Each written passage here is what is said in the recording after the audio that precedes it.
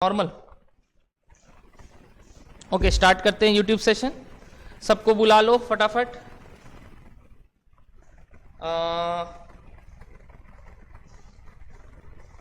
CMA session live now. Come fast, एक second. Probability revision, CA students can join.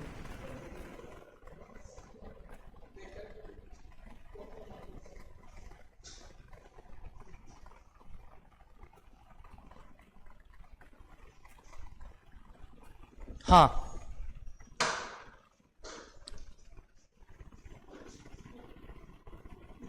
Hello everyone, सुनाई दिखाई दे रहा है?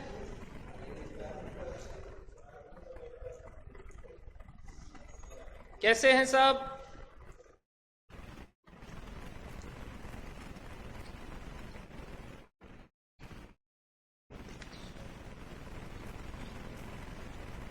Good morning. सुनाई दिखाई दे रहा है एवरीबडी?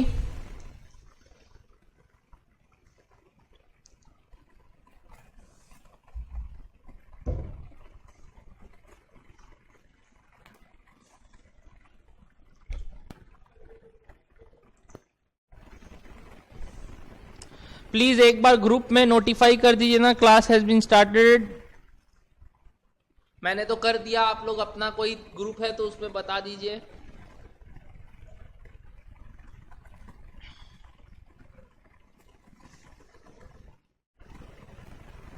आज मैं प्रोबेबिलिटी का रिवीजन कराऊंगा और कोरिलेशन, रिग्रेशन और प्रोबेबिलिटी का सम्स करवाऊंगा।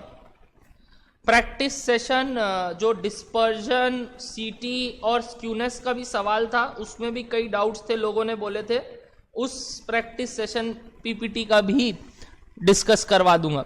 तो आज प्रोबेबिलिटी रिवीजन होगा, थोड़े सम्स होंगे, जितने सम्स कर पाए और बाकी के सम्स कल कर लेंगे।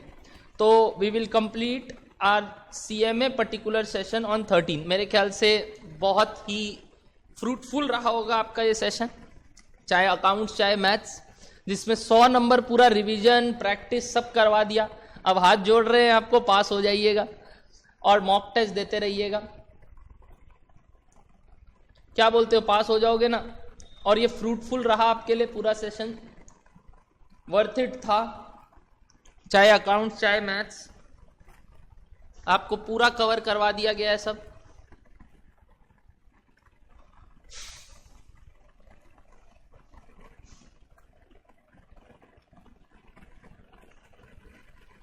Good morning everybody.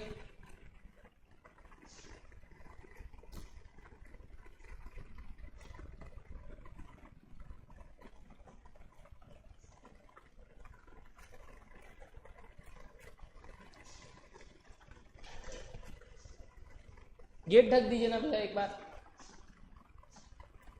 Indra, AC का रिमोट दो ना। इंद्र,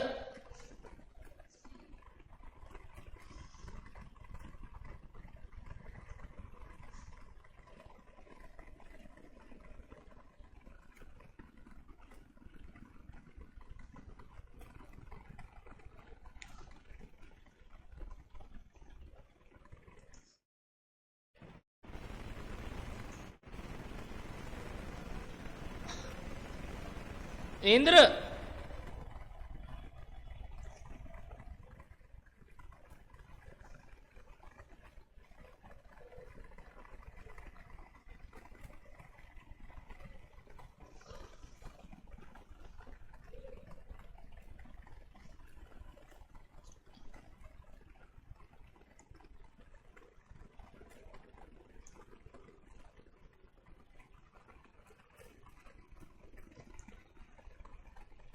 चलिए स्टार्ट करते हैं। सब आ गए होंगे। Good morning, good morning, good morning everybody.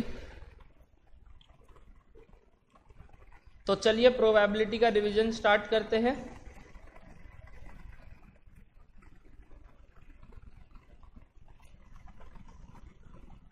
ये लास्ट चैप्टर है आपके सिलेबस का जो मेरे को कराना है।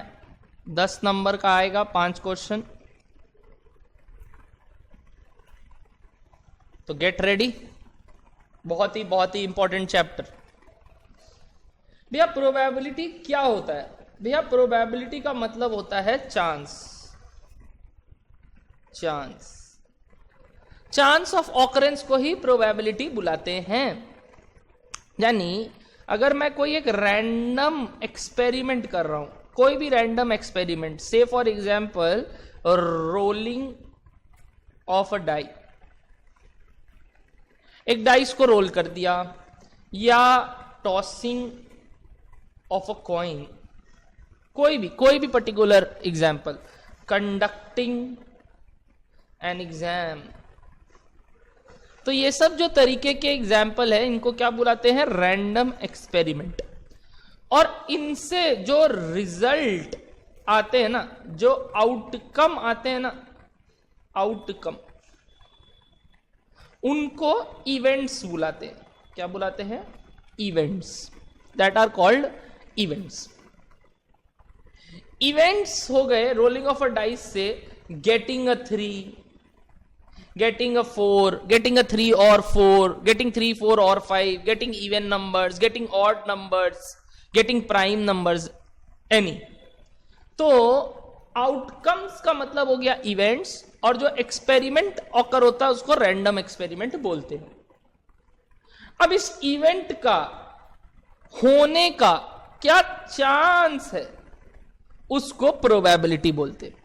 यानी ये इवेंट अभी तक ऑकर हुआ नहीं है, ये इवेंट ऑकर होने वाला है जब ये रैंडम एक्सपेरिमेंट टेक प्लेस करेगा। तो ये फ्यूचर चीजों के लिए काम आता है प्रोबेबिलिटी।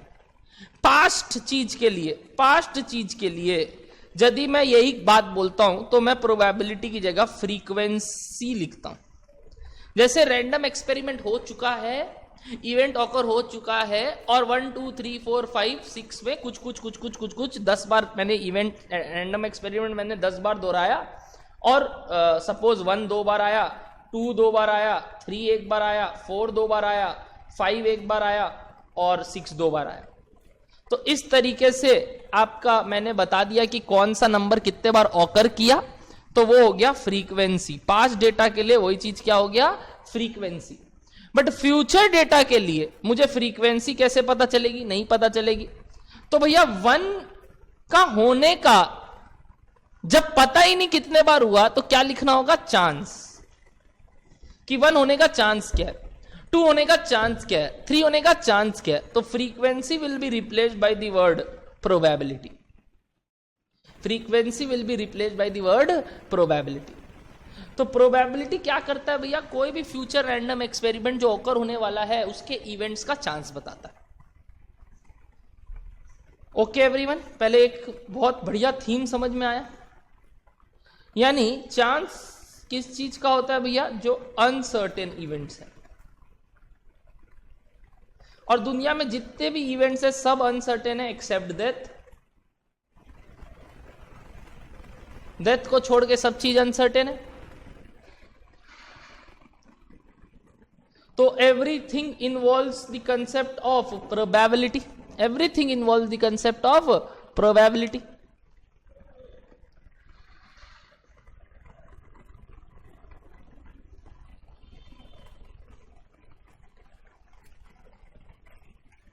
कोई आया है बाहर?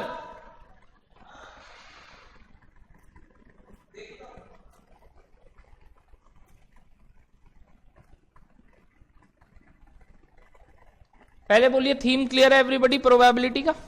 क्या मैंने बताना चाह रहा हूं? तो मैंने रैंडम एक्सपेरिमेंट वर्ड समझा दिया, उसका मतलब ट्रायल होता है। मैंने इवेंट वर्ड समझा दिया आप लोग को, ठीक है।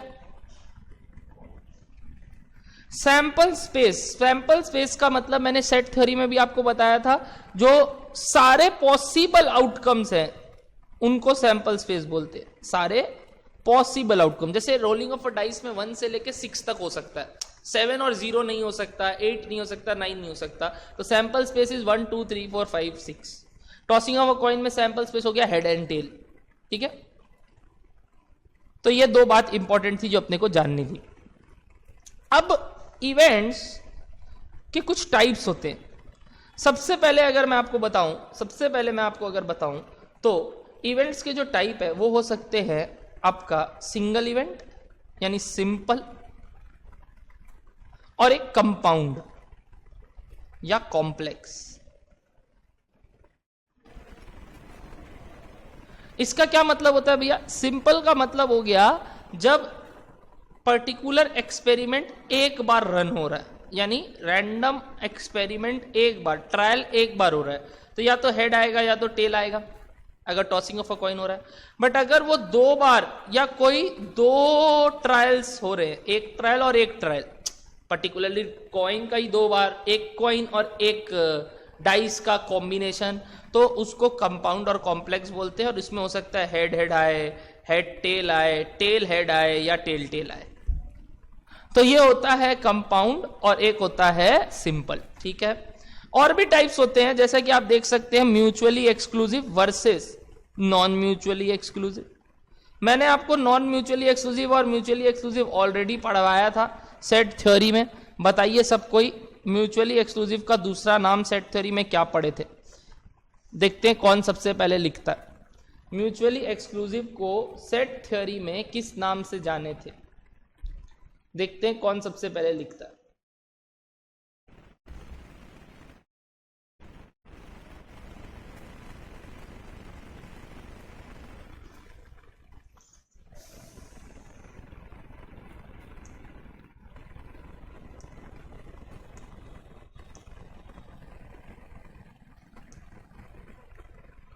मैंने सेट थ्योरी जब पढ़ाया था तो मैंने बोला था ये वापस से आएगा प्रोबेबिलिटी में, और मैं पूछूंगा भी कि सेट थ्योरी में म्यूचुअली एक्सक्लूसिव को किस नाम से पढ़े थे।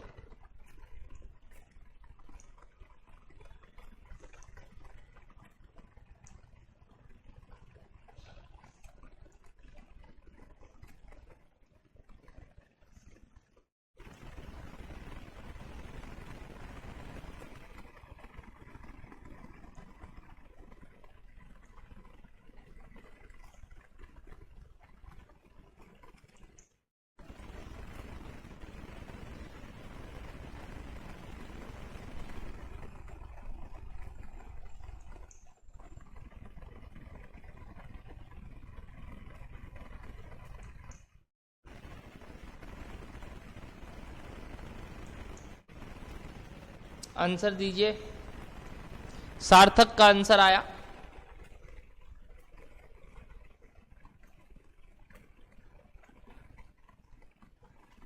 वेरी गुड सार्थक, answer is disjoint. Answer is disjoint. ध्यान से एक बात मेरा ध्यान से सुनिएगा, डिसजॉइंट का क्या मतलब होता है? डिसजॉइंट का मतलब होता है कि जब कोई दो इवेंट के बीच में कोई कॉमन पार्ट नहीं है, यानी वो दो इवेंट एकदम एक दूसरे से अलग है।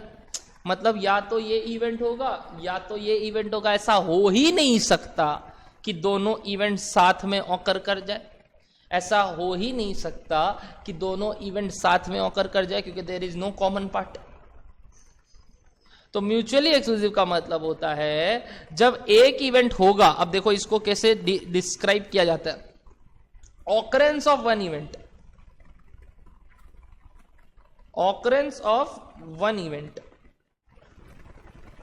signifies or implies the non-occurrence of the other। मतलब भैया एक इवेंट होना यह निश्चित करेगा कि दूसरा इवेंट नहीं होगा। जैसे rolling of a die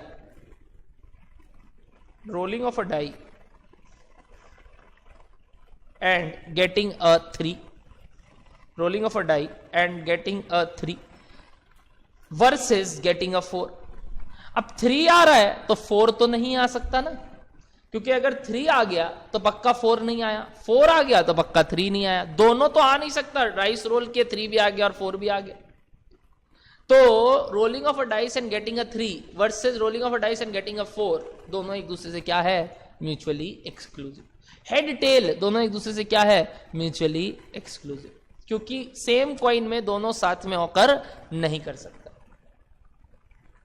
तो म्यूचुअली एक्सक्लूसिव का मतलब होता है जब ऑकरेंस एक का सिग्निफाई करता है कि दूसरा ऑकर ना हो, मतलब दोनों के बीच में कोई कॉमन एलिमेंट ना है, इंटरसेक्शन 0 है। बोलिए डन है आपको बात? तो नॉन म्यूचुअली एक्सक्लूसिव का क्या मतलब हो जाएगा? नॉन म्यूचुअली एक्सक्लूसिव का मतलब है कि जब दोनों के बीच में कुछ कॉमन एलिमेंट्स हैं, ऐसा हो सकता है कि ये भी हो जाए और ये भी हो जाए, मतलब इवेंट 1 भी ऑकर हो जाए और इवेंट 2 भी ऑकर हो जाए, तो उनको क्या बुलाएंगे? Non mutually exclusive. और जब ये ना हो तो उसको क्या बुलाएंगे? Mutually exclusive. तो म्यूचुअली एक्सक्लूसिव का क्या मतलब हुआ भैया? Occurrence of one signifies the non occurrence of the other, और अगर ऐसा ना हो रहा हो तो उसको नॉन म्यूचुअली एक्सक्लूसिव। ठीक है, तो अगर ये टर्मिनोलॉजी क्लियर है तो इसका वर्सेस केस जो मैंने बोला ध्यान रखिएगा, ये आगे फिर काम आएगा। Versus non mutually exclusive. Non mutually exclusive मतलब जब कोई दो इवेंट साथ में ऑकर हो सकते हैं, और म्यूचुअली एक्सक्लूसिव मतलब जब कोई दो इवेंट साथ में ऑकर नहीं हो सकते। बिल्कुल equally likely events. Equally likely events का कई नाम है, जैसे कि दूसरा नाम है इसका equally probable event, symmetric event, मतलब सिमेट्रिक मतलब इक्वली लाइकली ही, और यूनिफॉर्म डिस्ट्रीब्यूशन। और यूनिफॉर्म डिस्ट्रीब्यूशन क्या क्या नाम बोला भैया इक्वली लाइकली का आपने? इक्वली प्रोबेबल, सिमेट्रिक और यूनिफॉर्म डिस्ट्रीब्यूशन। यूनिफॉर्म क्योंकि सबका प्रोबेबिलिटी सेम है, यानी यूनिफॉर्म सेम होता है जैसे, वैसे ही सबका प्रोबेबिलिटी सेम है। तो इक्वली लाइकली का मतलब क्या हुआ भैया? कि जितने भी इवेंट्स है सबका होने का चांस सेम है। जैसे हेड टेल का चांस क्या है? हाफ हाफ, चांस सेम है। वैसे ही रोलिंग ऑफ अ डाइस में चांस क्या क्या है? 1/6, 1/6, 1/6, 1/6, 1/6 और 1/6, यानी सबका ऑकरेंस का चांस एक ही है, चाहे वो 1 हो, 2 हो, 3 हो, 4 हो, 5 हो, 6 हो। तो जब सबका प्रोबेबिलिटी सेम होता है तो उसको इक्वली लाइकली बोलते हैं। तो बताइए अगर n केसेस है या k केसेस है, k केसेस, तो सबका प्रोबेबिलिटी क्या हो जाएगा? 1/k। जैसे 2 केस था तो 1/2, 6 केस था तो 1/6, तो k केसेस है तो 1/k हो गया सबका प्रोबेबिलिटी। इसीलिए उसको क्या बुलाते हैं? Uniform distribution.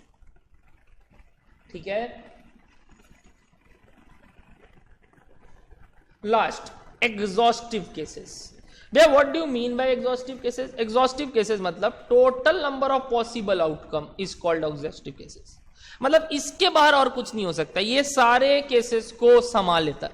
एग्जॉस्टिव लिस्ट, जैसे बचपन में भी अपने मैम बोलते थे कि ये एग्जॉस्टिव लिस्ट है, इसके बाहर से कुछ नहीं आएगा, वैसे ही एग्जॉस्टिव इवेंट के बाहर और कोई इवेंट ऑकर नहीं होता। जैसे हेड और टेल, तो क्या क्या एग्जॉस्टिव इवेंट हो गए? हेड टेल, इसके बाहर और कुछ नहीं हो सकता। अच्छा 2 बार हेड टेल आ रहा है, हेड 2 बार कॉइन टॉस हो रहा है, तो क्या क्या हो सकता है भैया? हेड हेड हो सकता है, हेड टेल हो सकता है, टेल हेड हो सकता है, और टेल टेल हो सकता है। तो ये हो गए एग्जॉस्टिव केसेस, इसके बाहर और कुछ नहीं होगा। वैसे 3 बार, वैसे 4 बार करके केसेस बना लो। रोलिंग ऑफ अ डाई में सोच लो। तो एग्जॉस्टिव केसेस का मतलब हो गया टोटल केसेस। तो कोई भी चीज का टोटल केसेस कैसे निकलता है भैया? जैसे कि सपोज एक एक्सपेरिमेंट के 2 आउटकम है, एक एक्सपेरिमेंट के 2 आउटकम्स हैं। अब वो उसका प्रोबेबिलिटी क्या है वो मैं नहीं बोला, 2 आउटकम्स है, वैसे ही 3 आउटकम्स है, वैसे ही 4 आउटकम्स है, वैसे ही 6 आउटकम्स है, कुछ भी 5 आउटकम्स है, 6 आउटकम्स है, जो भी, और यही पर्टिकुलरली 2 बार हो रहे हैं या 3 बार हो रहे हैं, तो हो जाता है 2⁻3। मतलब जितना केसेस और जितने बार वो रन हो रहा है, मतलब 2 × 2 केसेस, मतलब 2 × 2 मतलब 4 बार हुआ है, 2 बार हुआ है वो पर्टिकुलर एक्सपेरिमेंट, इसीलिए 2 बार हो गया 2 और 2। ये ब्रांच 2 बार खुला, अब इससे 2 और इससे 2, तो टोटल केसेस कितना हो गया? 4 हुआ ना। वैसे ही अगर 3 बार हो रहा है और वापस कर रहा हूं तो 1 2 1 2 1 2, तो टोटल केसेस कितने हो गए? 6 हो गए ना। कैसे आया? सॉरी इससे कितना निकला 2, इससे कितना निकला 2, इससे कितना निकला 2। यानी अगर मैं 3 केसेस कर रहा हूं, कैसे कैसे, जिनके 3 आउटकम्स है, और उसको 2 बार रन कर रहा हूं, कितने बार रन कर रहा हूं, 2 बार। तो देखो ये जो 2 बार रन कर रहा हूं, तो ये 3 वापस से 3, ये 3 वापस से 3, ये 3 वापस से 3, इसको ट्री डायग्राम बोलते हैं। तो टोटल केसेस कितना हो गया, 1 2 3 4 5 6 7 8 9। इसको सिंपली समझना हो तो एकदम आसान है, 3 टू द पावर 2 यानी 9। तो पहले ट्रायल का कितना टाइम, कितना इवेंट्स है, to the power trial is the shortcut तरीका टू कैलकुलेट दिस, जिसको 2 टू द पावर n अगर 2 केसेस है, जैसे n टाइम्स अगर कॉइन को थ्रो कर रहे हैं तो 2 टू द पावर n, अगर जिनका 3 आउटकम्स है तो 3 to the power n, 4 outcomes है तो 4 to the power n, 5 outcomes है तो 5 to the power n, 6 outcome है तो 6 टू द पावर n। जैसे अगर डाइस को 2 बार रोल कर रहे हैं तो 6 to the power 2 36 total cases होंगे। अगर आप इसको बनाना भी चाहते हैं तो काफी आसान है, 1,1 आएगा, 1,2 आएगा, 1,3 आएगा, 1,4 आएगा, 1,5 आएगा, 1,6 आएगा। वैसे ही 2,1 आएगा, 2,2 आएगा, 2,3 आएगा, 2,4 आएगा, 2,5 आएगा, 2,6 आएगा। ऐसे ही 3 का केस, 4 का केस, 5 का केस और 6 का केस। तो अगर आप इन सबको ऐड करेंगे दैट विल बी 36। जैसा कि आप देख सकते हैं यहाँ 6 केस है और ऐसे भी 6 केस है, तो 6 इंटू 6 का मैट्रिक्स या बोल लो मॉडल है तो 36। तो ये एक तरीका है निकालने का, क्या, टोटल केसेस या एग्जॉस्टिव केसेस। ठीक है, एवरीवन क्लियर है भैया? What do you mean by independent and dependent cases, ये मैं बाद में कराऊंगा जब मैं आपको कंडीशनल प्रोबेबिलिटी कराऊंगा, अभी इसके बारे में बात नहीं करेंगे, थोड़ी देर बात करेंगे। सिंपल और कंपाउंड मैंने आपको बता दिया। कॉम्प्लीमेंट इवेंट आपको मतलब है क्या होता है, मतलब आता होगा कि अगर प्रोबेबिलिटी कोई एक का पता हो तो वो ना होना, जैसे कि rolling of a dice and getting a 3, तो rolling of a dice and not getting a 3 को कॉम्प्लीमेंट बोलते हैं। इट इज वेरी सिंपल, जैसा कि अपने जानते हैं बार या डैश से डिनोट करते थे अपने, ए डैश या प्रोबेबिलिटी ए बार। तो इसका मतलब हो गया क्या भैया, not getting the case. Okay, favourable cases जो सम्स में मांग ले उसको फेवरेबल केसेस बोलते हैं।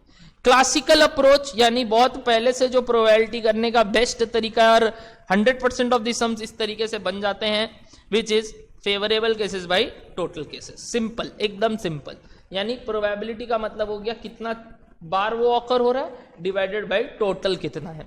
टोटल केसेस आपको मैंने निकालना सिखा दिया, जो भी केसेस एग्जॉस्टिव है उसको टोटल करते हैं अपने, निकालते हैं, और फेवरेबल तो सम्स बताएगा उस हिसाब से निकाल लेंगे, तो दैट बाय दैट प्रोबेबिलिटी निकलता है। तो एक फीचर जानने को मिला प्रोबेबिलिटी का, क्या भैया, क्या भैया फीचर? सबसे पहला फीचर है कि प्रोबेबिलिटी 0 और 1 के बीच में लाई करेगा। प्रोबेबिलिटी 0 और 1 के बीच में लाई करेगा, इंक्लूसिव ऑफ 0 एंड 1। 1 जब हो जाए ना, प्रोबेबिलिटी इज इक्वल्स टू 1, ये कब होगा, जब favourable cases by total cases cut के बना रहा है, ये तभी पॉसिबल है जब फेवरेबल केसेस टोटल केसेस है। यानी कि जब मैं सारे केसेस का प्रोबेबिलिटी निकाल दूं तो उसको बोलते हैं प्रोबेबिलिटी 1 है। तो इस टाइम को बोलते हैं कि इवेंट सर्टेन है, होके ही रहेगा obviously. Rolling of a dice and getting a 1 2 3 4 5 और 6, तो ऑब्वियसली सर्टेन इवेंट है, क्योंकि इनमें से कुछ तो एक होके ही रहेगा।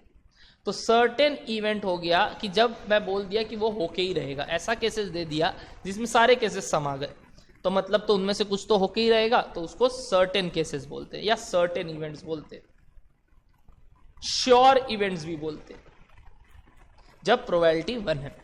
और वहीं ऑन दी अदर हैंड जब प्रोबेबिलिटी 0 है, ये कब पॉसिबल है भैया, जब favourable cases by total cases निकाल रहे हो और फेवरेबल केसेस 0, मतलब इसको बोलते हैं इम्पॉसिबल केस, ऐसा हो ही नहीं सकता, क्योंकि फेवरेबल केस ही 0 है, मतलब ये हो ही नहीं रहा। जैसे rolling of a dice and getting a 7, तो भैया 7 तो आता ही नहीं है, तो दैट इज इम्पॉसिबल, तो तब प्रोबेबिलिटी क्या हो जाएगा, 0। तो प्रोबेबिलिटी 0 कब होता है भैया, जब इवेंट इम्पॉसिबल है। प्रोबेबिलिटी 1 कब होता है भैया, जब इवेंट सर्टेन या श्योर है। बाकी टाइम वो 0 और 1 के बीच में लाई करता है। इसीलिए नट शेल वी से probability lies between 0 and 1 inclusive of 0 and 1। ठीक है, अब नेक्स्ट बात, सारे प्रोबेबिलिटीज को अगर ऐड किया जाए, जितने भी प्रोबेबिलिटीज एक इवेंट के हैं, एक रैंडम एक्सपेरिमेंट के हैं, उनको अगर ऐड किया जाए, समेशन किया जाए उनका, तो वो पक्का 1 होगा। जैसा अभी मैंने बोला, अगर गेटिंग 1 2 3 4 5 6 7 को अगर सबको ऐड कर दे तो प्रोबेबिलिटी क्या आएगा, समेशन 1 आएगा। ठीक है। थर्ड बात ध्यान से सुनिएगा, probability of A plus probability A नहीं होना, यानी ए कॉम्प्लीमेंट पक्का 1 होगा। वही बात, ए होना प्लस ए नहीं होना इज 1, क्योंकि ए होना मतलब क्या हो गया, जैसे getting a 3 1/6, not getting a 3 5/6, बाकी के कोई भी 5 केसेस हो जाए, दोनों को ऐड करेंगे तो 6/6 यानी 1 अगेन। यानी probability of occurrence plus probability of non occurrence is equals to 1। ठीक है। तो अगर मेरे को कभी एक ठो दे दे तो दूसरा आराम से निकल जाएगा 1 माइनस दैट करके। तो ये 3 प्रॉपर्टी आपको समझ में आया जो मैंने अभी तक बताया। पहला बताया प्रोबेबिलिटी कहाँ से कहाँ लाई करता है, इवेंट, श्योर इवेंट और सर्टेन इवेंट और इम्पॉसिबल इवेंट के बारे में बताया। उसके बाद समेशन ऑफ प्रोबेबिलिटी के बारे में बताया, उसके बाद कॉम्प्लीमेंट के बारे में बताया। Last but not the least is odds in favour and odds against. In word का क्या मतलब होता है? ऑड्स इन फेवर और ऑड्स अगेंस्ट प्रोबेबिलिटी जैसा ही चीज होता है, बट इसको बोलने का तरीका कुछ और है। ध्यान से सुनिएगा। अगर मैं आपको बोलता हूं कोई चीज का प्रोबेबिलिटी 3/4 है, अगर मैं बोलता हूं आपको कोई चीज का प्रोबेबिलिटी 3/4 है, तो आप मेरे को बताइए 3 का मतलब क्या हो गया, फेवरेबल केसेस, और 4 का मतलब क्या हो गया, टोटल केसेस।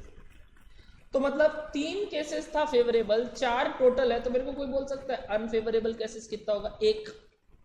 टोटल में से अनफेवरेबल केसेस कितने हो गए, 1, क्योंकि 3 फेवरेबल, तो अनफेवरेबल कितने हो गए, 1। ऑड्स इन फेवर का तरीका होता है favourable cases by unfavourable cases. मतलब मैं ऑड्स इन फेवर बता रहा हूं कि इतना होगा वर्सेस इतना नहीं होगा, ना कि इतना होगा वर्सेस टोटल। इतना होगा वर्सेस टोटल को प्रोबेबिलिटी बुलाते हैं, इतना होगा वर्सेस नहीं होगा का रेशियो को we called odds in favour. और इसका ठीक रेसिप्रोकल ऑड्स अगेंस्ट होता है, यानी odds in unfavourable by favourable. भैया क्या ये 1 से ज्यादा हो सकता है? ये 1 से ज्यादा हो सकता है, इसमें कोई दिक्कत नहीं है। ये कोई दो चीज का रेशियो है, ये 1 से ज्यादा 1 से कम कुछ भी हो सकता है। जैसे कि फेवरेबल केसेस क्या हो गया अपने लिए 3, और अनफेवरेबल केसेस कितना है 1, तो ये हो गया 3/1 यानी 3। बट यही चीज अनफेवरेबल बाई फेवरेबल बोलते हैं तो 1/3, और प्रोबेबिलिटी क्या है 3/4। तो जब आपको कोई ये 2 में से एक चीज दे दे, ये 3 में से, तो आप बाकी कुछ भी निकाल पाएंगे। बिल्कुल भैया, एकदम सिंपल। जैसे एक एग्जांपल देता हूं, कोई एक चीज का प्रोबेबिलिटी है 5/8, तो calculate odd in favour. Odds in favour क्या हो जाएगा भैया? ऑड्स इन फेवर मतलब होता है फेवरेबल केसेस जो 5 है, डिवाइडेड बाई अनफेवरेबल केसेस, यानी अनफेवरेबल हो गया दोनों का डिफरेंस 3, और वही इसका उल्टा हो गया 3/5 ऑड्स अगेंस्ट। चलिए एक टफ एग्जांपल लेते हैं। मैंने आपको एक एग्जांपल दिया, ऑड्स अगेंस्ट 3/7 है, ऑड्स अगेंस्ट 3/7 है, तो आप मेरे को प्रोबेबिलिटी बताइए क्या होगा। प्रोबेबिलिटी बताइए क्या होगा, उस इवेंट का प्रोबेबिलिटी बताइए। 3 क्या डिनोट कर रहा है? Unfavourable cases. 7 क्या डिनोट कर रहा है? Favourable cases. तो टोटल केसेस कितने हो गए 10। प्रोबेबिलिटी होता है favourable cases by total cases, 7/10 answer. Probability हो गया 7/10। वेरी गुड प्रथम।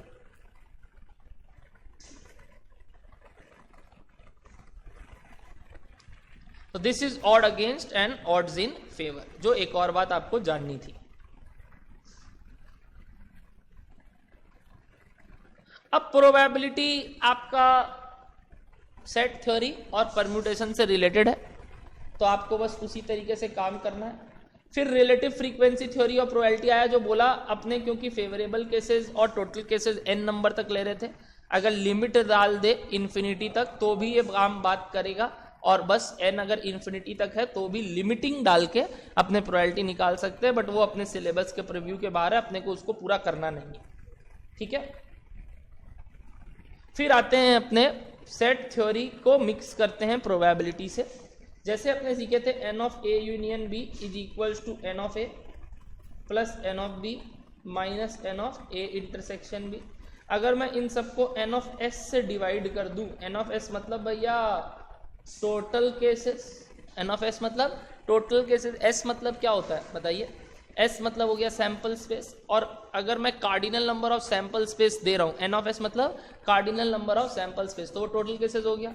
तो ये सब क्या बन गए, ये फॉर्मूला क्या हो गया, फेवरेबल बाय टोटल, यानी probability of A union B is equals to probability of A plus probability of B minus probability of A intersection B, यानी कि n की जगह सिंपली p लिखना है। तो जितने सारे फॉर्मूला आपने उधर प्रूफ किए थे ना, डी मॉर्गन लॉ हो गया, या डिफरेंस ऑफ सेट हो गया, सिमेट्रिक डिफरेंस ऑफ सेट हो गया, यूनियन हो गया, इंटरसेक्शन हो गया, वो सब में n की जगह अगर p बैठा दे तो वो प्रोबेबिलिटी बन जाता है। ठीक है। What if the cases are independent and dependent, वो मैं कंडीशनल प्रोबेबिलिटी जब कराऊंगा तब बताऊंगा। तो आते हैं कंडीशनल प्रोबेबिलिटी में, उससे पहले और का मतलब मैंने आपको बोल दिया एडिशन होता है, यानी इंटरसेक्शन की यूनियन। तो probability of A union B का मतलब क्या हो गया, probability of A plus probability of B, अच्छा माइनस क्या होगा, probability of A intersection B, अगर कुछ कॉमन पार्ट है तो। ये देखो, when the future are not mutually exclusive, अगर म्यूचुअली एक्सक्लूसिव है, अगर म्यूचुअली एक्सक्लूसिव है तो ये तो जीरो होगा, intersection will be equals to zero. When the cases are mutually exclusive then intersection is equals to zero, जैसा मैंने आपको बताया। तो फिर यूनियन सिर्फ ये हो जाएगा जो यहां लिखा हुआ है।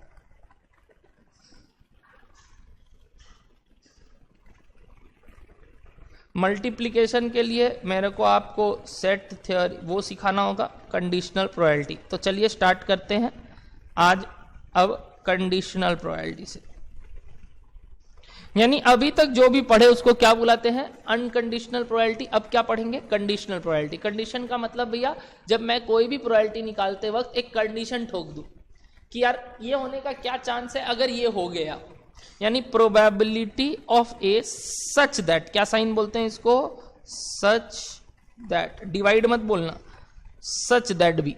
बट पता है मैथमेटिशियन इतने लेजी हैं कि धीरे धीरे इसको प्रोबेबिलिटी ए बाई बी बोलने लग गए। इट इज नॉट बाई, और ना ही साइन ऐसा होता है, साइन एकदम स्ट्रेट रंडी होता है।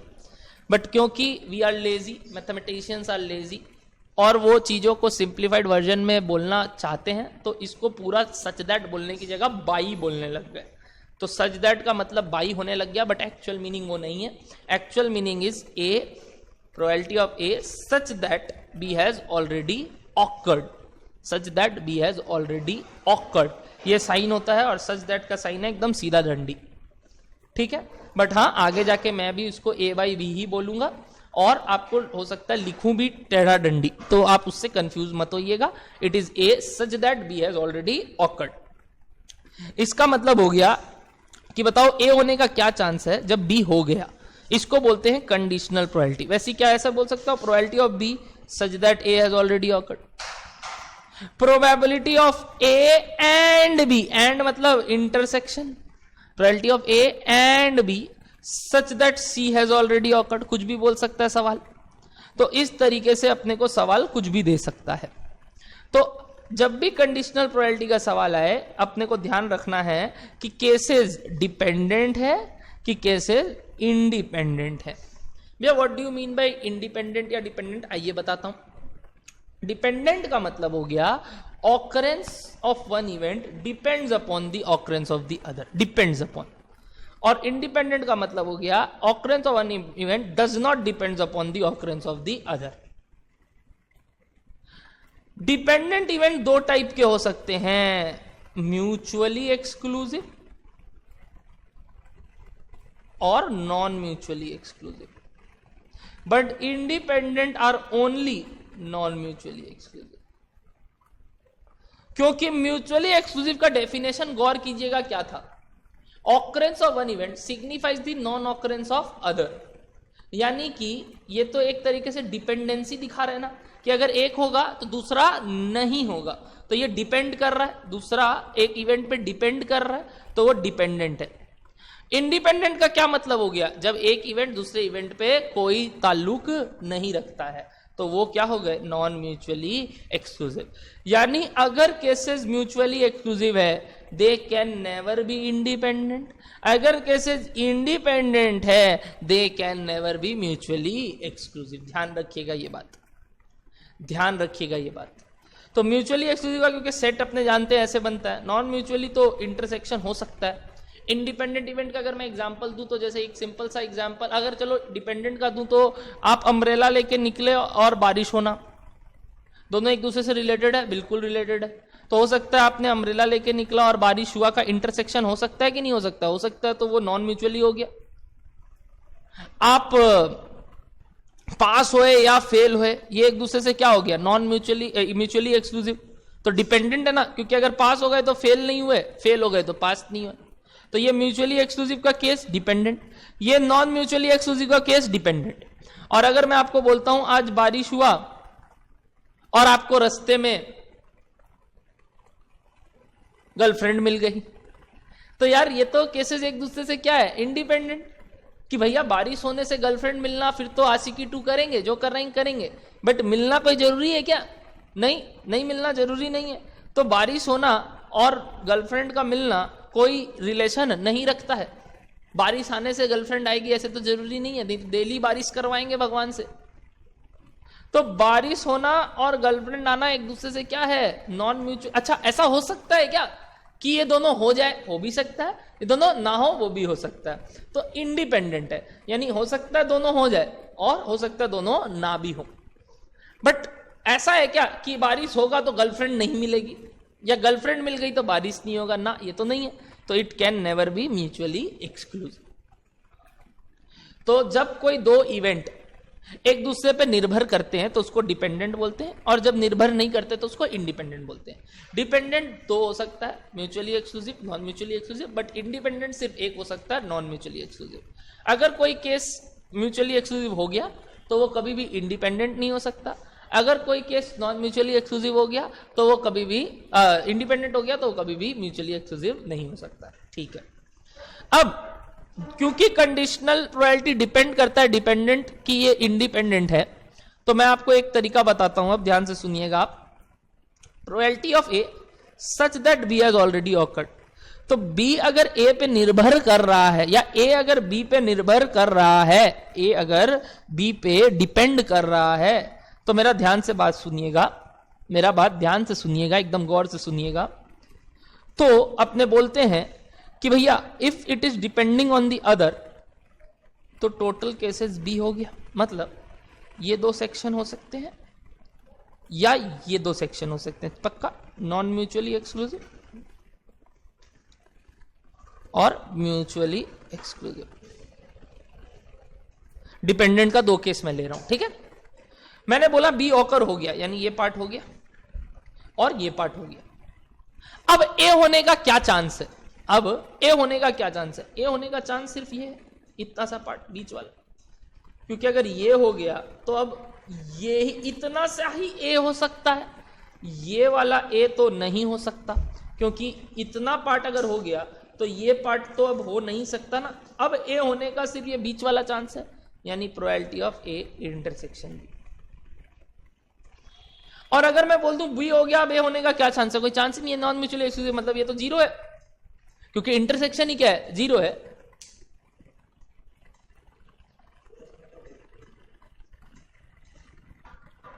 इंटरसेक्शन ही जीरो है, तो अगर इंटरसेक्शन ही जीरो है तो probability of A by B का क्या ही मतलब है?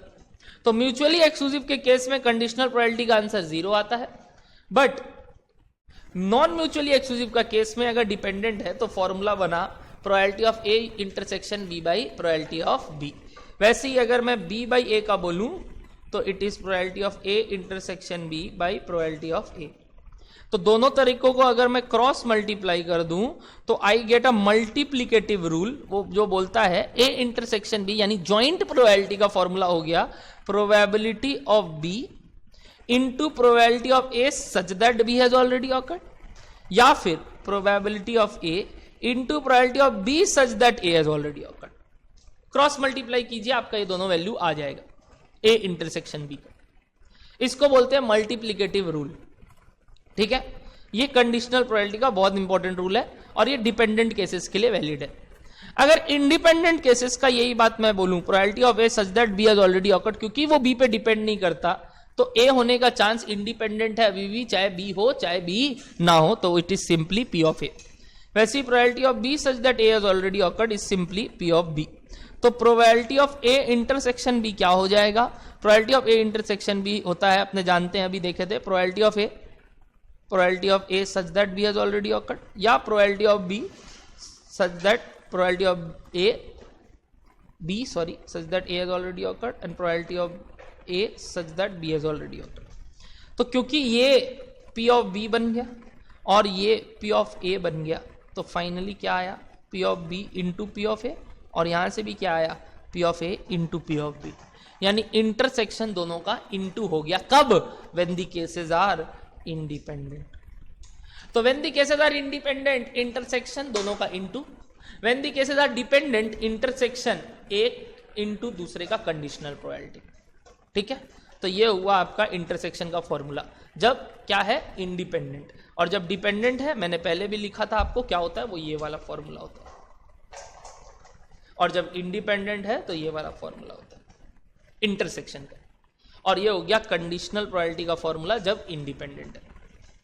गौर रखने वाली बात ये है कि अगर ए बी से इंडिपेंडेंट है ना, तो ए कॉम्प्लीमेंट और बी भी एक दूसरे से इंडिपेंडेंट होगा, ए और बी कॉम्प्लीमेंट भी एक दूसरे से इंडिपेंडेंट होगा, और A complement and B complement भी एक दूसरे से इंडिपेंडेंट होगा। ऑब्वियसली बारिश होना और गर्लफ्रेंड मिलना एक दूसरे से अगर इंडिपेंडेंट है, तो बारिश ना होना और गर्लफ्रेंड मिलना भी एक दूसरे से इंडिपेंडेंट है।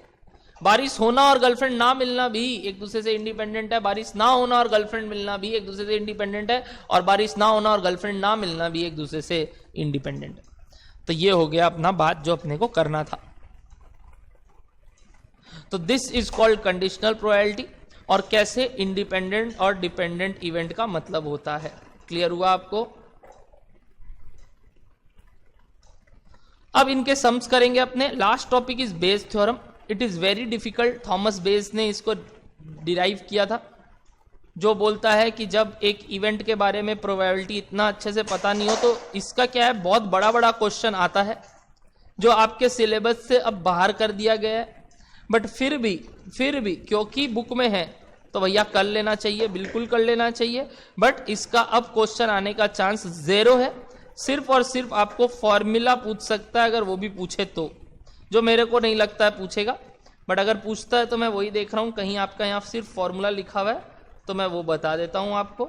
ये रहा फॉर्मूला। अब आप बताइए ये वाला फॉर्मूला आप कैसे याद कर पाएंगे, मेरे को मालूम नहीं, बट फिर भी मैं ट्राई करवाता हूं, ध्यान से सुनना। प्रोबेबिलिटी कोई भी एक इवेंट का, कि एक इवेंट हो चुका है, is probability of that event intersection A by, जैसे मैंने कहा, प्रोबेबिलिटी ऑफ ए। अब क्योंकि जब ये सब वैल्यू ना पता हो आपको, तो आप कैसे निकालेंगे ये वैल्यू? बेस थ्योरम बोलता है कि इसको भी अगर तोड़े, it is probability of E into probability of E A such that even has already awkward. बिल्कुल ये बात सीखे हैं अपने गेस्ट नॉर्मल कंडीशनल प्रोबेबिलिटी से। और पी ऑफ ए क्या हो गया मालूम? ऐसे सारे चीज का एडिशन, मतलब पी ऑफ ई1 P of A such that ई1 प्लस पी ऑफ ई2 into P of A such that ई2 प्लस पी ऑफ ई3 into P of A such that ई3, ऐसे चलता रह रहा है एन तक, जितने भी केसेस हैं। E N probability of A such that E N. तो वही इसको ऐड की जगह समेशन का साइन दिया इन्होंने और ई आई लिख दिया। तो आपको ये वाला पार्ट मेरे को नहीं लगता अब काम का है, फिर भी मैंने एक फॉर्मूला बता दिया। Please don't learn this formula, this is not necessary any more, क्योंकि अब 1-2 नंबर का जो क्वेश्चन आएगा वो बेस थ्योरम से नहीं दे सकता। But Bayes theorem is a very lengthy process, 4 से 6 नंबर का क्वेश्चन आता है इससे, अब नॉट रेलिवेंट। ठीक है, तो this completes our probability discussion. Sums में चले एवरीबॉडी, सम्स में चले एवरीबॉडी। रिवीजन क्लियर है आप सबको? तो चलिए सम्स में चलते हैं।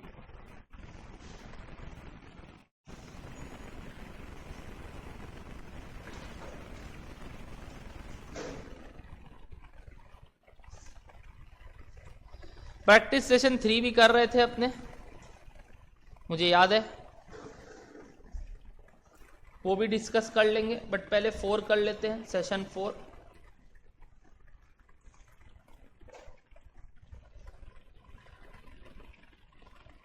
Let us start with session 4। Indra भैया, इंद्र भैया, कीबोर्ड दीजिएगा ना।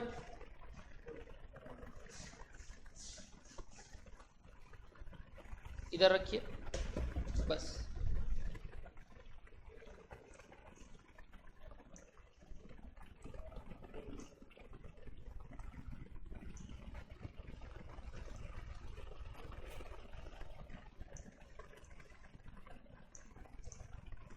ओके, चलिए तो प्रैक्टिस सेशन से स्टार्ट करते हैं, प्रैक्टिस सेशन नंबर 4 से। और जैसा कि आप देख सकते हैं इस प्रैक्टिस सेशन में टोटल मैंने कितने सारे क्वेश्चंस इकट्ठा किए हैं, 43 क्वेश्चंस हैं, स्लाइड्स है, मतलब कुछ 41 क्वेश्चंस होंगे। तो चलिए स्टार्ट करते हैं अपने। ये 10 नंबर का है पूरा का पूरा, इसमें कोरिलेशन, रिग्रेशन और प्रोबेबिलिटी के हैं। आइए स्टार्ट करते हैं।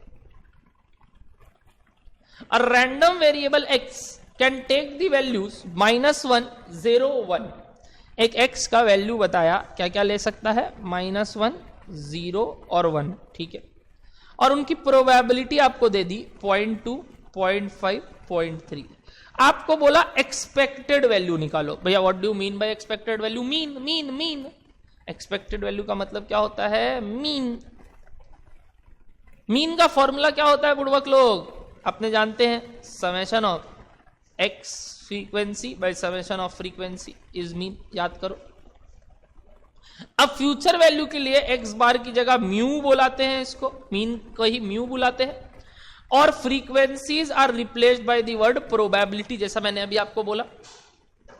समेशन ऑफ प्रोबेबिलिटी तो 1 होता है, जैसा कि आप यहां जोड़ के भी देख सकते हैं। तो सिंपल फॉर्मूला क्या हो गया? This into this plus this into this plus this into this. जल्दी जल्दी कीजिए, बताइए कितना आया। साइड में लेडर आ रहा होगा, कोई बात नहीं, तकलीफ नहीं है, काम चल रहा है। दिवाली की सफाई, दिवाली आ गई भाई, दिवाली। फटाफट कैलकुलेट कीजिए और बताइए कितना आया।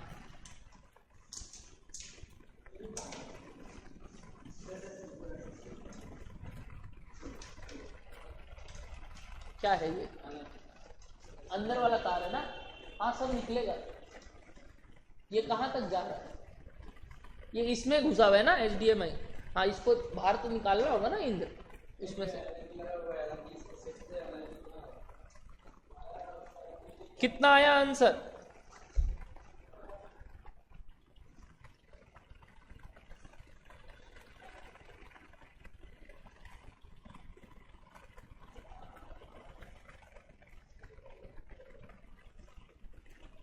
-0.2 प्लस 0 प्लस 0.3, तो आंसर इज 0.1 D। 0.1 आ रहा है हीबा, 0.1 आएगा। ये माइनस में था, -0.2 है, 0.1।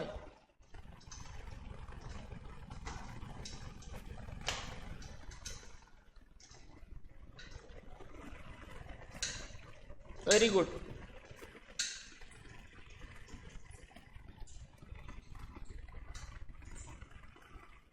ये भूल से इसमें आ गया AM ऑफ द नंबर्स, ये आपको ऑलरेडी किया हुआ होगा। इतना तक का AM कैसे निकालते हैं, आपको आता है ना AM निकालना, सबका एडिशन डिवाइडेड बाई n। वैसे आ गया तो कर लेते हैं, 1 + 3 + 5 ... up till 2n - 1 by n। इसको अपने पढ़े थे APGP में कि this sum of n odd number natural number, जिस इज फॉर्मूला इज n²/n, तो AM इज n। और लॉजिकल भी है, इसका अरिथमेटिक मीन n है।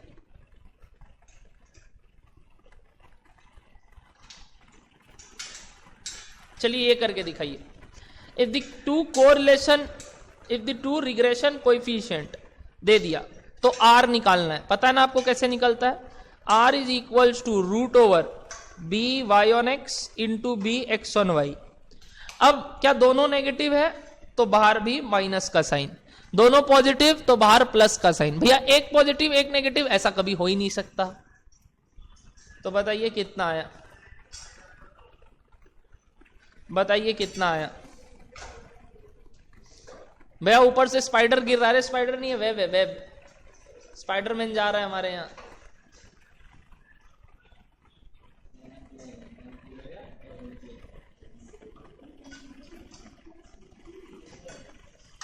एक सेकेंड उधर से पूछो, अविनाश क्या बोल रहे हैं ये कि इसका क्या लगेगा, एलन की क्या? आज आपको मेरे साथ वेब वेब दिखेंगे बहुत। वेरी गुड, अच्छा ठीक है, ये बात भी सही है, बट हर जगह तो मैं हूं।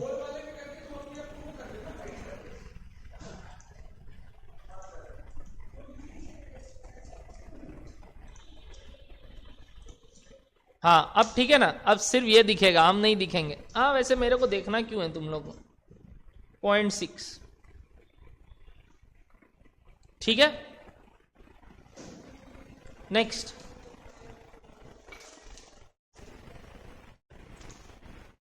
Next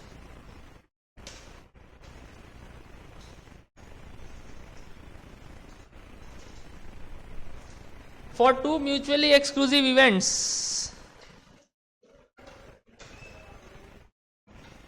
A and B, if A is equals to itna and B is equals to itna, two mutually exclusive events, then the probability of A or B is equals to probability of A plus probability of B minus probability of A intersection B, और का मतलब union, और intersection में ये 0 होता है तो दोनों को ऐड करना है, यानी 3/4 प्लस 1/6। चलिए एलसीएम ले लीजिए,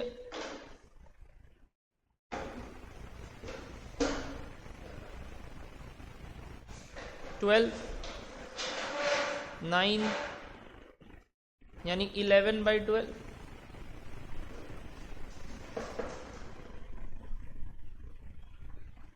A 11/12। Clear, everybody clear? क्या हुआ?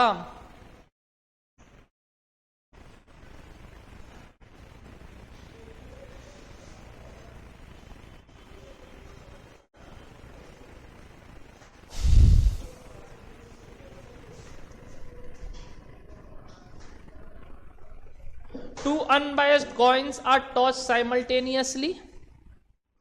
The problem of getting a head and a tail is, the problem नहीं होगा, the probability of getting होगा।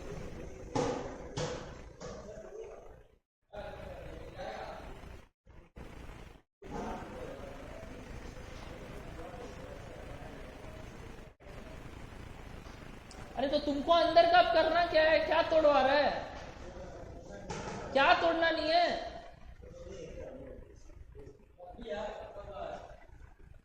अंदर का लकड़ी तो क्यों नहीं तोड़वाना है तुमको, उसका क्या काम?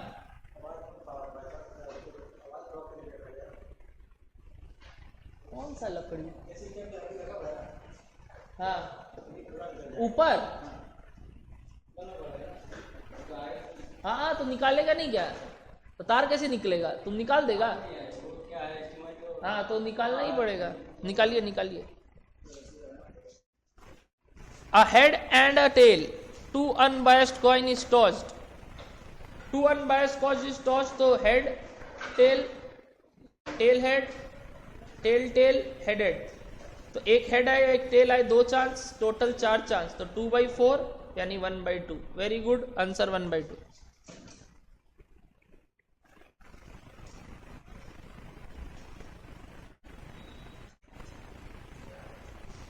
वो वापस लगा देंगे।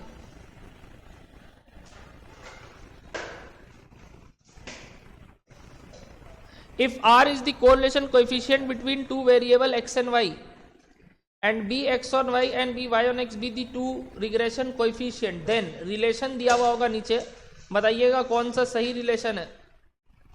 ऑप्शन ए, बस प्लस माइनस का साइन होना चाहिए था, नहीं दिया कोई बात नहीं।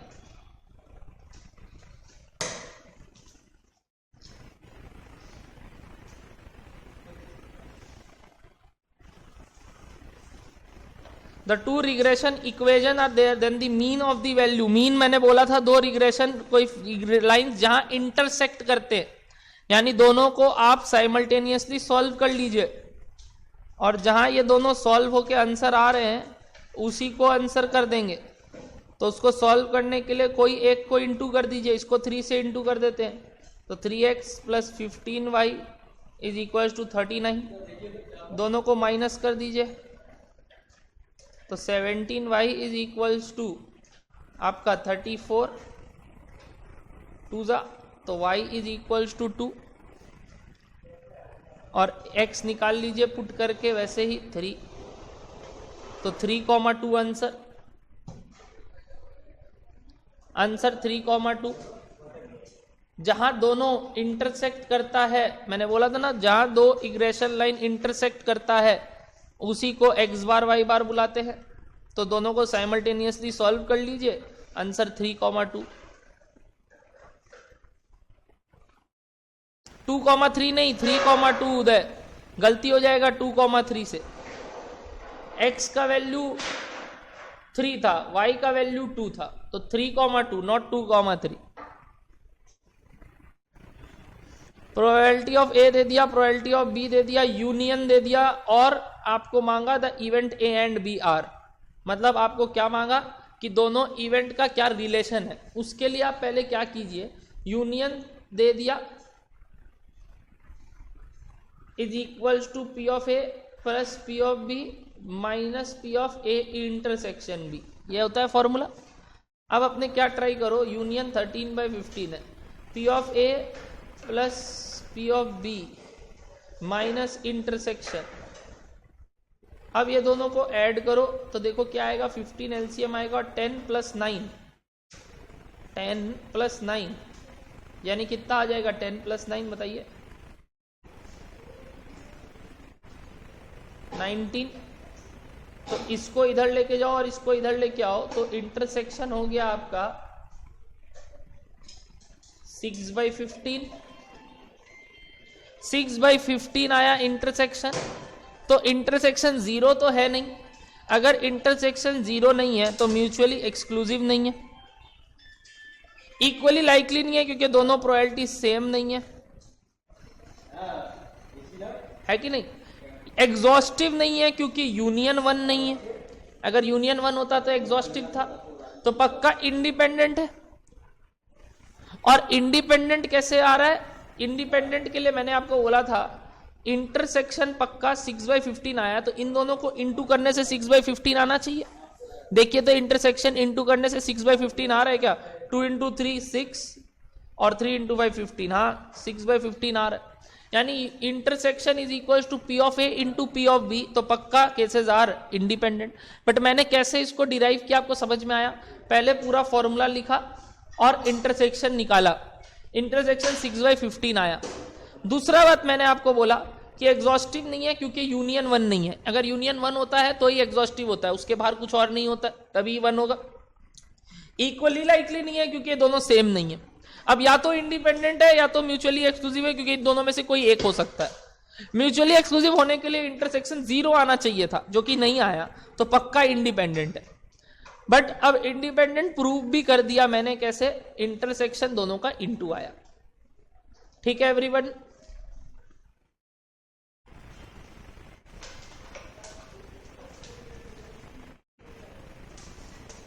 To dice are thrown simultaneously, 2 dice साथ में थ्रो हो रहे, probability of obtaining a total sum of 8, ध्यान से सुनना, सम हो सकता है 2 से लेके 12 तक। 2 डाइस को रोल करते हैं तो एडिशन 2 हो सकता है, 3 हो सकता है, 4 हो सकता है, 5 हो सकता है, 6 हो सकता है, 7 हो सकता है, 8 हो सकता है, 9 हो सकता है, 10 हो सकता है और 11 हो सकता है और 12 हो सकता है। 7 आने का मैक्सिमम चांस होता है। जब 2 डाइस रोल होते हैं ना, तो 7 आने का मैक्सिमम चांस होता है, क्योंकि उसका स्पेस जो है, जो केसेस है, वो सबसे ज्यादा होता है। जैसे कि 1,6, 2,5, 3,4, 4,3, 5,2 और 6,1। इतने केसेस पॉसिबल है 7 के। 8 के कितने केसेस पॉसिबल है बाबू? 8 के केसेस पॉसिबल है 2,6, 3,5, 4,4, 5,3 और 6,2। वैसे ये सारा का आप लिखेंगे ना, तो एक पिरामिड शेप लेगा ये, और ये सारे का टोटल केसेस होता है 36। टोटल केसेस कितने होते हैं? 36। तो 8 सम आने का कितना चांस है? 1, 2, 3, 4, 5, तो 5/36। 5/36 is the probability of getting a total sum of 8। 8 होने का टोटल 5 केसेस है, 7 होने का टोटल 6 केसेस है, 6 होने का भी वापस 5। ऐसे करके आपका केसेस बनता है। टोटल 36 केस होता है और 8 आने का 5 केस है।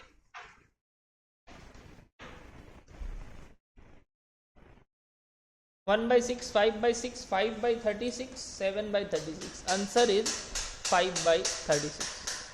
5/6 नहीं, 5/36 होगा, गलत किया हुआ है, आप सी टिक करेंगे। 5/36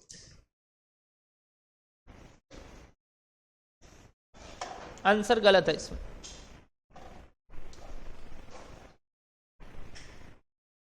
The correlation coefficient between the two variable x and y is sum of the two regression coefficient, arithmetic mean of the two, geometric mean of the two regression coefficient। याद आ रहा है? R is the geometric mean of the two regression coefficients।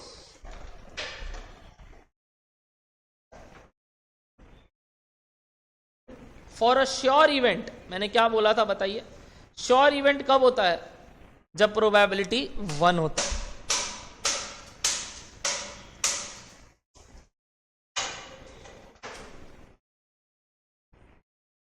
Two mutually exclusive events, तो inter union क्या होगा?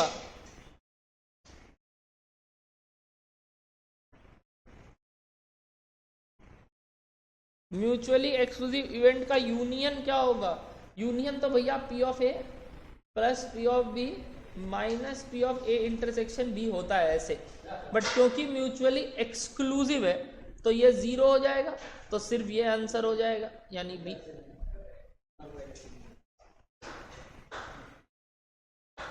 Very good, ये करके दिखाइए।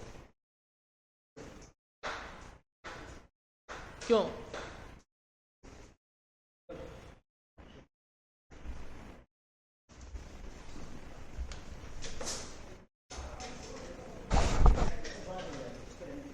अरे नहीं, कर लो, कोई दिक्कत नहीं है, खत्म करो, कोई बात नहीं, अब जो कर लिया कर लिया।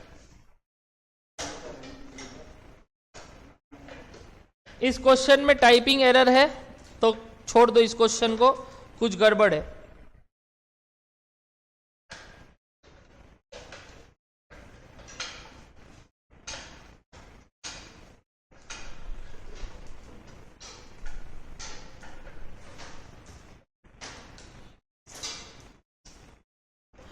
फिफ्टीन नंबर देखिए, टू म्यूचुअली एक्सक्लूसिव इवेंट है, बोल दिया, तो यूनियन अपने जानते हैं क्या होता है? P of A plus P of B।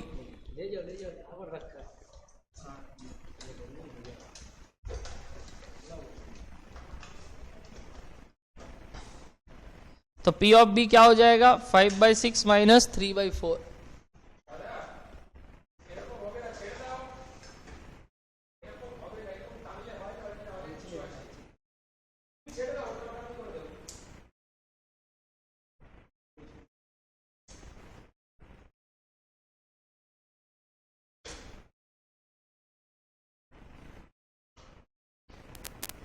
One by 12।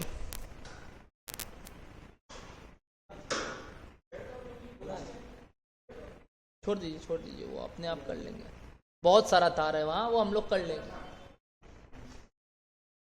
आप कर दिए, बस मेरा मेन काम आप कर दिए। Very good everybody, 1/12।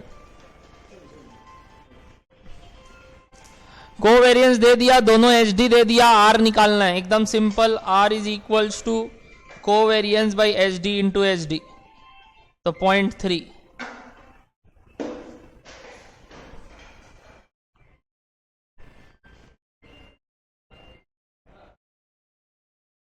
पॉइंट 1 दिया हुआ गड़बड़ है, 0.3 होगा, ठीक है।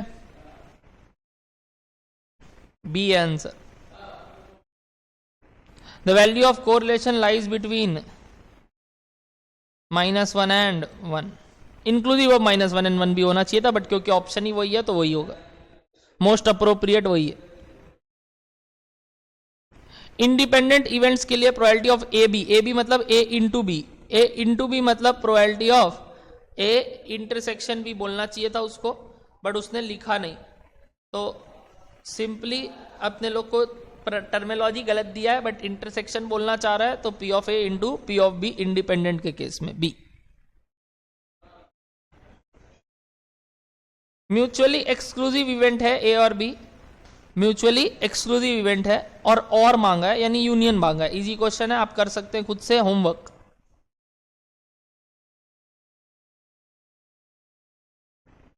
ये वाला देखिए, ध्यान से सुनिएगा ये क्वेश्चन। रिग्रेशन इक्वेशन दो ठो होता है, जैसा मैंने आपको बोला, एक y ऑन x और एक x ऑन y। ये x ऑन y है और ये y ऑन x है, लिख दिया। आपको बोला वैल्यू ऑफ y जब x 10 है, यानी y is dependent and x is independent, तो आप कौन सा इक्वेशन यूज करेंगे? Regression line y on x कि regression line x on y? आप कौन सा इक्वेशन यूज करेंगे? Regression line y on x कि regression line x on y? पहला वाला कि दूसरा वाला? Which equation you will use for this particular question? We will use first one, तो 3x माइन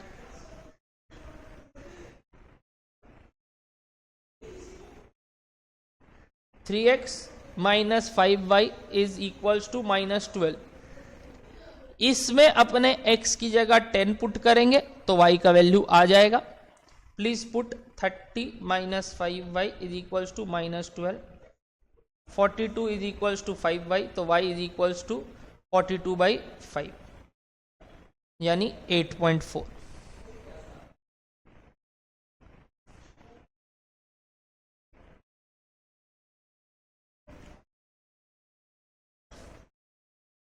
म्यूचुअली एक्सक्लूसिव के केस में प्लस यानी यूनियन दोनों का प्लस होता है, क्योंकि इंटरसेक्शन 0 होता है। ट्रू फॉल्स आ गया है, ट्रू फॉल्स आ गया है। The correlation coefficient between the two variable is independent of change of origin as well as change of scale. Yes, true. Correlation coefficient दोनों से independent है, true. म्यूचुअली एक्सक्लूसिव तो intersection दोनों का इंटू होता है ना, इंटरसेक्शन 0 होता है, तो false.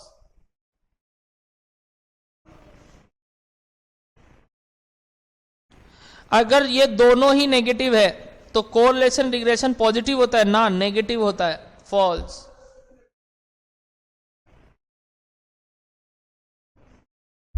Probability of an absurd event, absurd मतलब गलत इवेंट, इज 0, ट्रू। एब्सर्ड मतलब इम्पॉसिबल, तो true. Probability of an event is real number lying between -1 and 1. No, no, no. Is a real number lying between 0 and 1. False. The total number of cases is 12 when the two dice are thrown together. No, total cases is 32 when the 36 when the dice are thrown together. जो question tough होगा ना वो मैं आपसे पूछ लूंगा, ये सब लॉलीपॉप क्वेश्चन नहीं माथा लगा रहा हूं। The correlation between sale of woolen garments and day temperature is positive. चलिए ये बताइए आप, ये वाला बताइए, वुलन गारमेंट्स और टेम्परेचर के बीच में पॉजिटिव है, मतलब वुलन गारमेंट्स का सेल बढ़ेगा अगर टेम्परेचर ज्यादा है, या वुलन गारमेंट्स का सेल बढ़ेगा जब टेम्परेचर कम है। बताइए, अगर ये वाला केस है then the correlation is positive, अगर ये वाला केस है then the correlation is negative. तो यहां बोल रहा है कोरिलेशन इज पॉजिटिव, मतलब वुलन गारमेंट्स का सेल बढ़ेगा अगर डे टेम्परेचर इज हाई। तो ये ट्रू कि ये false? False. Very good everybody, answer is false. उल्टा होता है, ये होता है नेगेटिव। म्यूचुअली एक्सक्लूसिव के केस में इनटू यानी इंटरसेक्शन 0 होता है, yes true.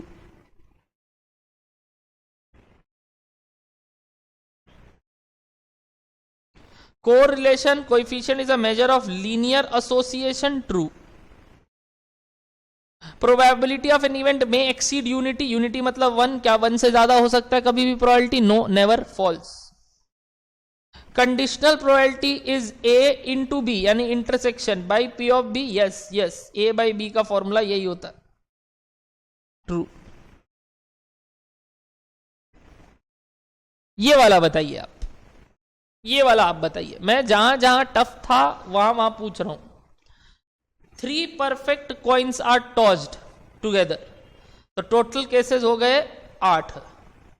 Probability of getting at least 1 head, एक हेड तो आएगा ही आएगा। पहले बताइए हेड क्या क्या हो सकता है cases? Head head head head head tail head tail head tail head head tail tail head tail head tail head tail tail और tail tail tail. Getting at least 1 head, 1 head तो कितने बार आ रहा है? इसको छोड़ के सारे केसेस में एटलीस्ट 1 हेड आ रहा है, यानी प्रोबेबिलिटी हो गया 7/8। तो आंसर इज फॉल्स। 5/8 नहीं, 7/8।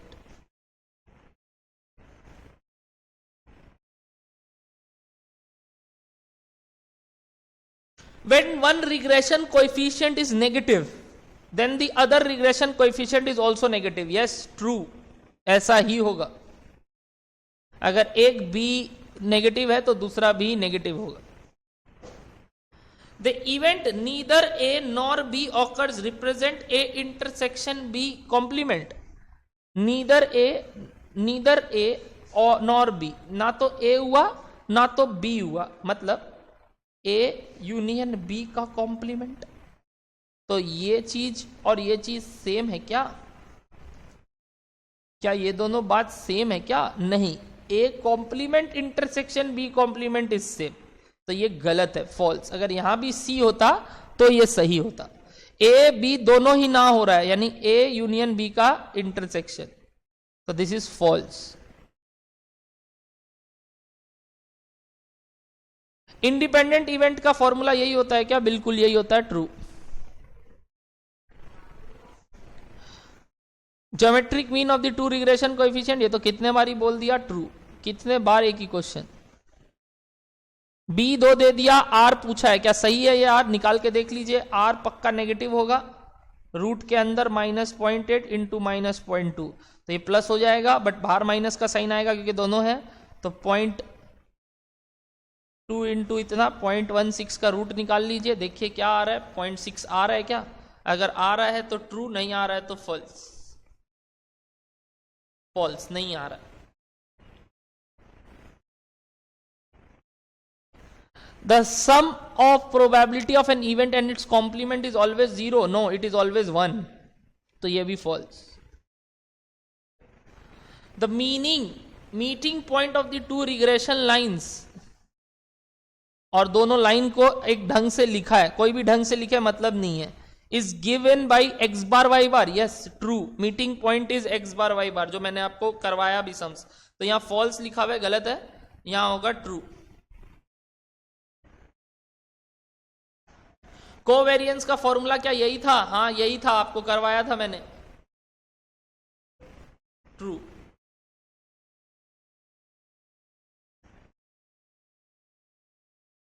ए माइनस बी और बी माइनस बी ए सेम होता है क्या?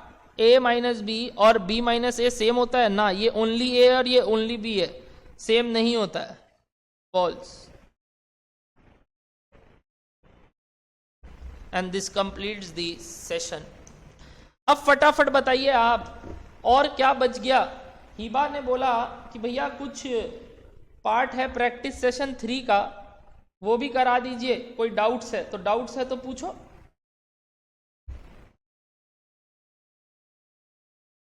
प्रैक्टिस सेशन 3 का अगर कुछ डाउट्स है तो पूछ लो।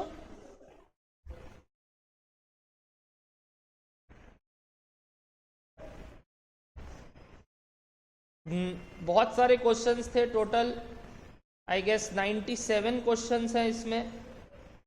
तो 97 क्वेश्चंस में अगर आपका कुछ पर्टिकुलर डाउट है तो ज़रूर पूछ लीजिए। तब क्या करेंगे ना, आज ही सेशन एंड कर देंगे, कल कोई क्लास लेने का दरकार नहीं है, खत्म हो जाएगा आज। मैंने प्रोबेबिलिटी कोरिलेशन का सारा सम्स करवा दिया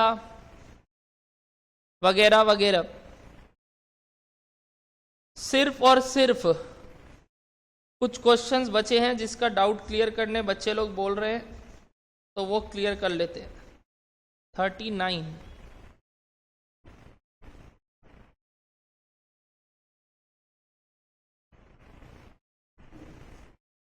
39 में बोला if sum of the squares of the deviation of 10 observation taken from mean 50 है, हा? इधर मीन 50 है, इज इतना, यानी sum of the squares of the deviation taken from mean, ये वैल्यू दे दिया आपको 50 250, और मीन दे दिया x बार दे दिया आपको 50 और n आपको दे दिया 10। तो आपको CV मांगा है। CV अपने जानते हैं क्या होता है, HD। तो पहले HD निकाल लो। HD हो गया आपका √250/10, करेक्ट, दिस बाई n, तो 25 का √5, तो HD बाई मीन इंटू 100 यानी कि 10%, A। 39 का answer A। Easy question. Mean 50 है, ये ब्रैकेट में लिखना चाहिए था और कोई बात नहीं। स्क्वायर ऑफ द डेविएशन 250, यानी ये वैल्यू 250 दे दिया, मीन 50 दे दिया, n 10 दे दिया। तो पहले इसको और इसको यूज करके HD निकाल लो, 5 आ गया। CV मतलब coefficient of variation which is HD by mean into 100, जिसका आंसर आ गया 10%, A। ठीक है। 45 अभिजीत बोल रहा है भैया 45। ओके अभिजीत, बहुत खूब, अच्छा लग रहा है कि आप लोग प्रैक्टिस किए हैं तो ही आप लोग पूछ रहे हैं।